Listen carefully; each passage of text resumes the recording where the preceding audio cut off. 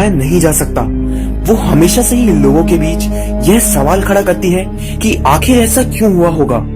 कई रहस्य इस पृथ्वी पर ऐसे हैं जिनका जवाब आज तक किसी के पास नहीं मिला।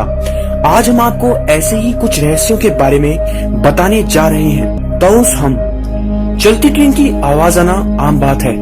आवाज तो चलती गाड़ी से भी आती है, हम गाने भी सुनते हैं, पर ये सारी आवाजें किसी न किसी माध्यम से आती है।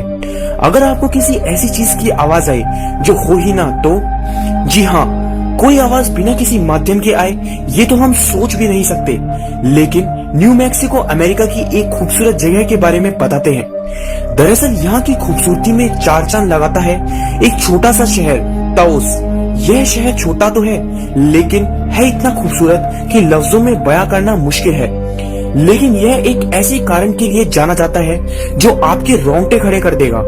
जरा सोचिए, कोई आपको पीछे से आवाज लगाए और आप जब पीछे मुड़कर देखें तब आपके पीछे कोई ना हो। जी हाँ, ऐसा ही होता है इस खूबसूरत शहर ताओस में, जहाँ हर रात डीजल इंजन के चलने की आवाज साफ साफ सुन सकते हैं।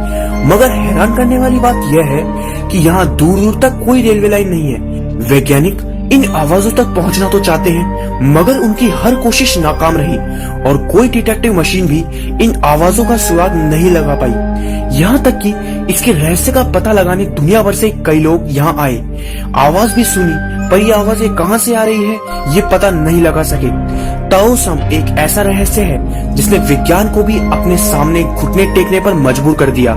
लेकिन सवाल तो फिर भी है, आखिर इस आवाज की वजह क्या है और ये आती कहाँ से है।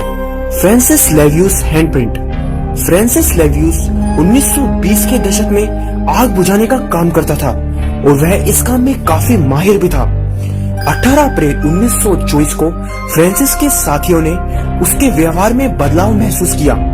उस दिन वो वहाँ के फायर डिपार्टमेंट की एक खिड़की को साफ कर रहा था। इस दौरान न ही वो किसी से बात कर रहा था और न ही किसी की तरफ देख रहा था। कुछ समय बाद फ्रांसिस ने कहा कि उसको ऐसा लग रहा है कि वो आज मरने वाला है। तभी वहाँ फोन की घंटी बजी। उस फोन के अनुसार एक बिल्डिंग में आग लग गई थी और वह बिल्डिंग फायर डिपार्टमेंट से काफी दूर थी। आग बुझाने के लिए फ्रांसिस और उसके साथी वहां पहुंचे और जो लोग सबसे ऊपर की मंजिल पर फंसे थे उनकी मदद करने लगे। सब कुछ सही चल रहा था, लेकिन तभी अचानक बिल्डिंग के निचले वाले हिस्से में आग फैल गई और उस बिल्डिंग की छत नीचे आ गिरी और इसके साथ ही उसके आसपास की दीवारें भी नीचे गिर गई और उसके नीचे कई लोग आ गए, जिनमें से एक फ्रांसिस भी था। फ्रांसिस ने जो कहा था वो सच हुआ, उसकी मौत उसी दिन हो गई। अगले दिन फ्रांसिस के साथी जब वापस फायर डिपार्टमेंट में आए तो उन्होंने फायर डिपार्टमेंट की एक खिड़की पर कुछ अजीब देखा। उन्होंने देखा कि वहां की खिड़की के कांच पर एक हाथ का निशान है। चौंकाने वाली बात यह थी कि ये वही खिड़की थी जिसको फ्रांसिस पिछले दिन साफ कर रहा था। वहां के लोगों ने उस निशान को हटाने की कोशिश करी, लेकिन वह साफ नहीं हुआ। कई सालों तक वह हाथ का निशान उस खिड़की पर वैसा का वैसा ही बना रहा, जबकि उसको कई केमिकल्स की मदद से हटाने की कोशिश भी की गई। 1944 में एक अखबार फेंकने वाले से गलती से वह खिड़की का कांच टूट गया, मगर इस बात का रहस्य कभी भी नहीं सुलझाया जा सका और यह आज भी एक रहस्य बना हुआ है। Jack the Ripper. Jack the Ripper एक बेहद खौफनाक हत्यारा था जो केवल नशे में धुत वेश्याओं को ही अपना शिकार बनाता था। 19वीं शताब्दी के आखिरी सालों में इसने लंदन में एक के बाद एक हत्याएं की थी। आखिर कौन था वो और क्यों करता था वेश्याओं की हत्या? सितंबर 1888 लंदन के अखबार में एक सनसनीखेज खत छपा।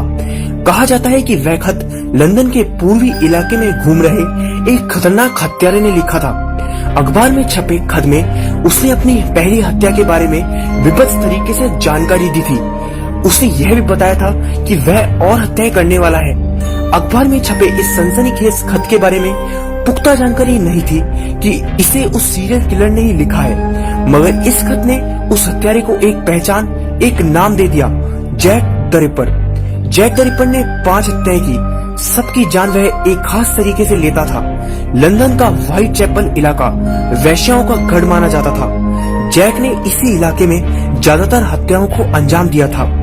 जैक द रिपर को कभी पकड़ा नहीं गया और उसके बारे में कोई जानकारी नहीं मिली और यह आज भी एक रहस्य बना हुआ है कि आखिर कौन था वो और उसने वो हत्याएं क्यों की थी।